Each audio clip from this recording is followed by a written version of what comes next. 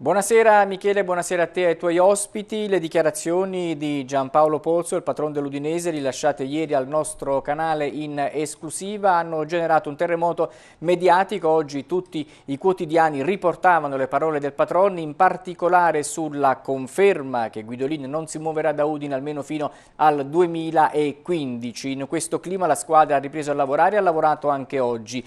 Sono state già valutate le condizioni di Andrea Coda, che è da considerare recuperato dopo la botta che lo aveva messo KO a Verona dopo 36 minuti del primo tempo. Si riaprono i ballottaggi, ma è presto per parlarne perché domani ci sarà la seduta di rifinitura, poi la conferenza stampa del mister che ci aiuterà a chiarire le idee. I ballottaggi sono in particolare per il centrocampo, con Pereira e Pasquale che potrebbero essere preferiti questa volta a Basta ed Armero, che hanno invece giocato titolari contro l'Inter il 25 di aprile, e poi come al solito il ballottaggio per il partner di Totò di Natale. Floro Flores non sarà tra i giocatori a disposizione di Guidolin perché squalificato dopo l'ammonizione di mercoledì. Per quanto riguarda la gara di domenica, prezzi favorevoli per portare allo stadio quante più persone possibili, le curve vendute a 10 euro, prezzi con delle condizioni favorevoli anche per tutti gli altri settori, e c'è sempre l'iniziativa che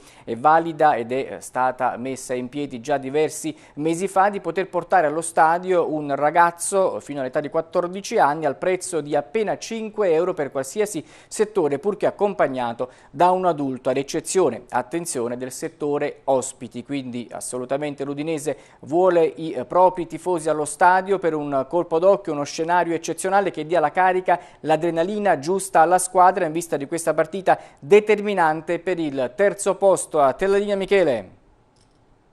Potrebbero essere preferiti questa volta a Basta ed Armero, che hanno invece giocato titolari contro l'Inter il 25 di aprile, e poi come al solito il ballottaggio per il partner di Totò di Natale. Floro Flores non sarà tra i giocatori a disposizione di Guidolin perché squalificato dopo 36 minuti del primo tempo. Si riaprono i ballottaggi, ma è presto per parlarne perché domani ci sarà la seduta di rifinitura, poi la conferenza stampa del mister che ci aiuterà a chiarire le idee. I ballottaggi sono in particolare per il centrocampo, con Pereira e Pasquale che potrebbero l'ammonizione di mercoledì. Per quanto riguarda la gara di domenica, prezzi favorevoli per portare allo stadio quante più persone possibili, le curve vendute a 10 euro, prezzi con delle condizioni favorevoli anche. Buonasera Michele, buonasera a te e ai tuoi ospiti. Le dichiarazioni di Giampaolo Pozzo, il patron dell'Udinese, rilasciate ieri al nostro canale in esclusiva, hanno generato un terremoto mediatico. Oggi tutti i quotidiani riportavano le parole del patron, in particolare sulla conferma che Guidolin non si muoverà da Udine almeno fino al 2015. In questo clima la squadra ha ripreso a lavorare e ha lavorato anche oggi. Sono state già valutate le condizioni di Andrea Coda, che è da considerare recuperato dopo la botta che lo aveva messo KO a Verona dopo